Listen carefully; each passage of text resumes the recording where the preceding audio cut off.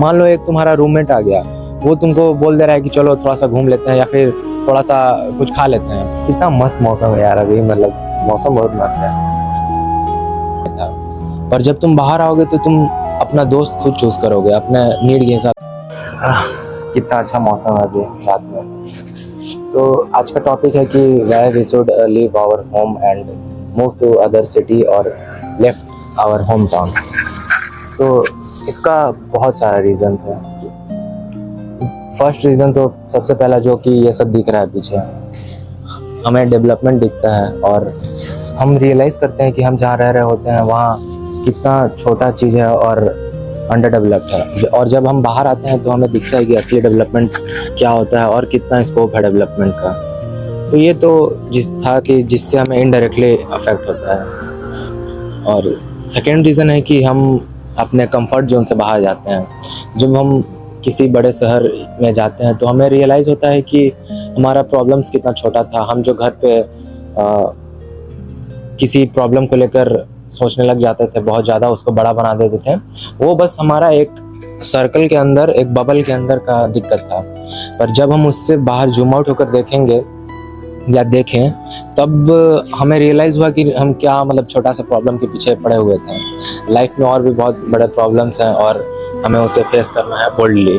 Parents के चलते हमें जो स्कूल में एडमिशन करवाया गया उसमें जो दोस्त मिले वही हमारे दोस्त होंगे, इसमें हमारा कोई रोल नहीं था। और जब तुम बाहर आओगे तो तुम अपना दोस्त खुद चूज़ करोगे अपने नीड के हिसाब से या जो भी तुम्हारा क्राइटेरिया होगा। तो सेकंड तो ये तो हो गया कि तुम अपना दोस्त को खुद चूज़ कर सकते हो और अपने डिसीजन को चेक कर सकते हो कि हम कैसे दोस्त चूज़ कर रहे हैं, सही चूज़ कर रहे हैं या नहीं। ये एक बहुत ही पर्टिकुलर टॉपिक है, स्पेसिफिक है, इस पर कोई ओवरऑल कमेंट करना सही बात नहीं है कि कैसे दोस्त चूज़ करना चाहिए। पर हाँ, कुछ पैरामीटर्स है जो कि कभी और डिस्कस करेंगे। नेक्स्ट चीज़ है कि तुम अपने रियल वन से मिलते हो। जब तुम घर से बाहर निकलते हो तो तुम्हें फ्रीडम मिल जाता है पूरा, और उस फ्रीडम को तुम कैसे यूटिलाइज करोगे वो तुम्हारे ऊपर डिपेंड करता है।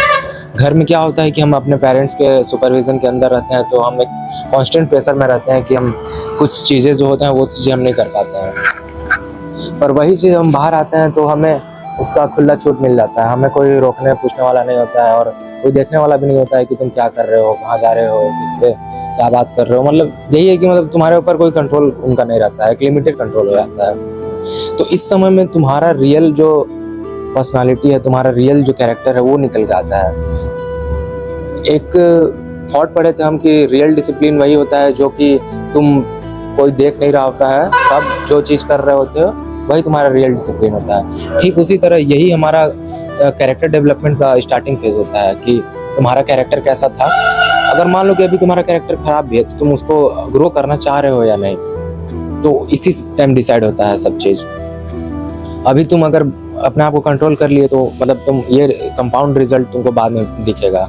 अभी तुम डिस्टर्ब हो गए या भटक गए तो फिर मतलब क्वांटम इफेक्ट जैसा होता है ना कि ये सिचुएशन के लिए ये रिजल्ट होगा और ये तुम करोगे तो ये रिजल्ट होगा। मतलब इनफाइनाइट रिजल्ट्स में से तुम अपने हरकत के हिसाब से वो इस रिजल्ट को चूज़ करते हो। ऐसा कुछ चीज़ नहीं होता है जो कि बिना रिजल्ट मतलब बिना कर्म किए हो जाता है। सब कुछ रिलेटेड है। तुम ये काम करोगे तो यहाँ पहुँचोगे, तुम ये काम करोगे तो यहाँ पहुँचोगे, सब कुछ स्पेसिफिक है। लक फैक्टर है, लेकिन luck favour those who are prepared. जो प्रिपेयर्ड होता है उसी को लक फैक्टर मतलब अफेक्ट करता है। अगर तुम कुछ चीज़ के लिए, मान लो कि एग्जाम है, अगर तुम उसके लिए कुछ प्रिपेयर ही नहीं किए हो और क्वेश्चन आ गया ईजी, तो लक तुम्हारा कि तुम्हारे में अच्छा क्वेश्चन आ गया, ईजी क्वेश्चन आ गया। अगर तुम यही चीज़ पढ़ के भी नहीं गए होते तो तुम्हारे लिए वो लक कुछ काम का नहीं रहता। तुमको तो पता ही नहीं चलता कि वो चीज़ क्वेश्चन ईजी आया है, तुमको तो वो भी हार्ड लगता क्योंकि तुम प्रिपेयर करके नहीं गए थे। और पॉइंट्स हो सकता है कि अगर हाँ, एक और पॉइंट जैसे कि हम अभी रियलाइज़ कर रहे हैं कि बाहर आने के बाद घर का रियल वैल्यू पता चलता है कि कितना प्रीशियस मोमेंट्स होता है जो तुम 15 साल 16 साल जो तुम घर पे गुजारे। बाहर आने के बाद रियलाइज़ होता है कि कितना अकेलापन है ज़िंदगी में। मतलब अकेलापन तो नहीं कह सकता हूँ, मतलब कि रियल वैल्यू हमें पता चलता है क्योंकि जब हम वहाँ पे रह रहे होते हैं तो हम उस चीज़ का कदर नहीं करते हैं। ये तो नेचुरल ह्यूमन टेंडेंसी है कि जब जो चीज़ रहता है तो हम उसका वैल्यू नहीं करते हैं और जब चीज़ नहीं रहता है तो उसका वैल्यू आता है। तो ठीक उसी तरह हमें अपने मम्मी पापा का इम्पोर्टेंस पता चलने लगता है कि कितना इम्पोर्टेंट है वो हमारे लिए, क्योंकि उनके बिना ना तुम कुछ हो, ना कितना जल्दी टाइम निकल रहा है। तुम यहाँ पे आके सोचोगे ही कि हाँ 15-16 साल बीत गए तुम्हारे लाइफ का, और अब तुम घर पे भी जाओगे तो बस 1-2 महीना या मैक्सिमम 1-2 महीना मैक्सिमम, या फिर ज़्यादा से ज़्यादा 1 सप्ताह कोई छुट्टी हो गया बड़ा तो उसी में जा पाओगे। तो यही सब मतलब एक रियलाइजेशन है कि तुम अपना इम्पोर्टेंस घर का जो था पता चलेगा।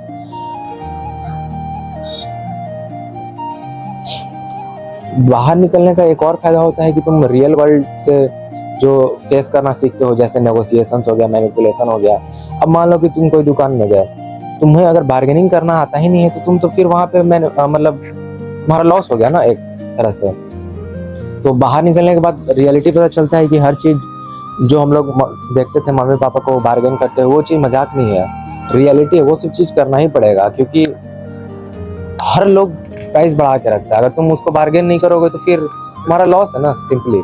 और ये सब एक दिन में नहीं आएगा, तुम्हें धीरे धीरे पता चलेगा कौन सा प्रोडक्ट पे कितना ज़्यादा वो लोग प्राइस बढ़ा के रखता है, तब उसके हिसाब से तुम बार्गेन कर पाओगे। तो ये सब तो घर में रहने के बाद तो इम्पॉसिबल था पता होना, क्योंकि सब कुछ पापा ही ला दे रहे हैं, मम्मी ला दे रही है, तुम बस खा रहे हो, सो रहे हो, घूम रहे हो, काम कर रहे हो, बस यही। बाहर आने के बाद जब सब कुछ खरीदना पड़ता है, फ्रूट से लेके सामान से लेके ग्रोसरी, सब कुछ जब खरीदना पड़ता है, तब रियलिटी जाके पता चलता है कि कैसे काम करता है ये फूड सिस्टम। एक और चीज़ ये भी हो कि तुम मैनिपुलेशन सीखते हो, कि तुम्हें बाहर कोई मतलब मैनिपुलेट ना कर दे। मान लो एक तुम्हारा रूममेट आ गया, वो तुमको बोल दे रहा है कि चलो थोड़ा सा घूम लेते हैं या फिर थोड़ा सा कुछ खा लेते हैं। तुमको पता है ना कि तुम मैनिपुलेट नहीं होना है, तुमको किस लिए आए हो, पर्पस हो। अब ये चीज़ तो तुम अगर पहली बार आए हो या फिर तुमको मैनिपुलेशन के बारे में नहीं पता है, तो तुमको लगेगा कि मना कर देंगे तो उसको खराब लगेगा। नहीं, मना करना पड़ेगा, क्योंकि बिना मना किए तुम्हारा फिर लॉस है ना, उसमें तुम्हारा टाइम वेस्ट हो जा रहा है। तुम जिस चीज़ के लिए आए हो तुम उससे डिविएट हो जाओगे।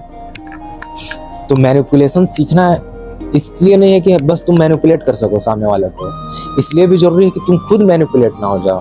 ठीक वैसे ही नेगोशिएशंस है। नेगोशिएशन ये जरूरी नहीं है कि तुम मतलब खुद बस सामने वाले को नेगोशिएट कर रहे हो कि हाँ बस इतना कर दीजिए, कम कर दीजिए, बार्गेन कर दीजिए। इसलिए भी जरूरी है कि जब सामने वाला तुमसे करे तो तुम उस टाइम पागल ना बन जाओ। एक लास्ट चीज़ ये भी है कि जब हम लोग बाहर निकलते हैं तो हम खुद से केयर करना सीख जाते हैं खुद का, क्योंकि बाहर केयर करने वाला तुम्हारा कोई है नहीं। हेल्थ का केयर तुमको करना है, तुम्हारा डाइट तुम्ही को देखना है कि तुम क्या डाइट में ले रहे हो। वैसे भी बाहर में खाना का क्वालिटी बहुत ही खराब रहता है, कि तुम क्या इनफ न्यूट्रिएंट्स ले रहे हो बाहर से। अगर तुम्हें हेल्थ का नॉलेज था ही नहीं, बस मम्मी जो दे रही है खा रहे थे, तब तो फिर तुमको दिक्कत हो जाएगा। कि अगर तुम्हारे पास नॉलेज रहता अगर नहीं भी है तो अभी अगर सीख ले रहे हो, तो इसीलिए तो आए हो तुम बाहर सीखने, खुद को मतलब ढूंढने आए हो। तो बस यही था कि खुद को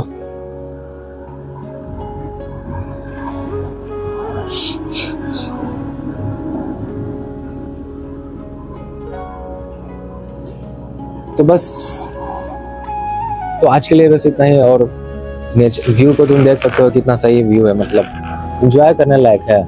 अभी रूम से अच्छा तो बाहर ही लग रहा है मेरे को। इतने बड़े बड़े अपार्टमेंट्स है भाई, देख के तो कुछ ख्याल आता है, पर वीडियो लंबा हो जाएगा, उसका बारे में बाद में बात करेंगे। Good night.